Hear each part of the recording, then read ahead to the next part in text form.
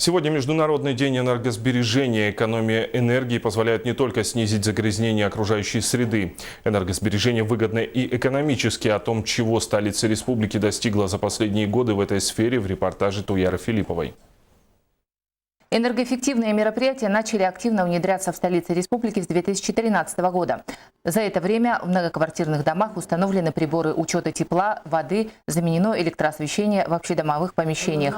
Но это лишь начало большой работы, которую предстоит сделать. Мы возлагаем большие надежды на следующий год, где планируем реализацию мероприятий по энергосбережению и повышению энергетической эффективности не только в многоквартирных домах, а также в бюджетных учреждениях посредством заключения энергосервисных контрактов, где также будет реализовано мероприятие по модернизации тепловых пунктов. Притом бюджетные учреждения модернизировать свое тепловое хозяйство будут не на бюджетные средства, а на средства инвесторов на основе энергосервисных контрактов.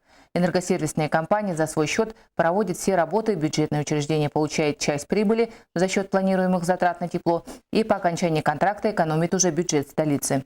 ДЮСШ номер 5 города Якутска стала первым пилотным объектом, где за счет модернизации индивидуального теплового пункта, которое было сделано в сентябре этого года, учебное заведение уже ощущает плюсы заключенного энергоконтракта.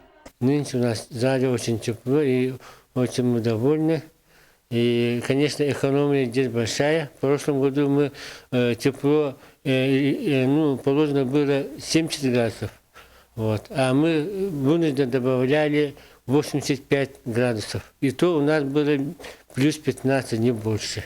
В этом году служба эксплуатации городского хозяйства столицы намерена объявить первые конкурсы на энергосервисные контракты, и тогда в 37 учреждениях 41 объект начнут получать такую же экономическую выгоду от энергоэффективных мероприятий, как спортивная школа номер 5. Туяра Филиппова, Иван Семенов, НВК «Саха», Якутск.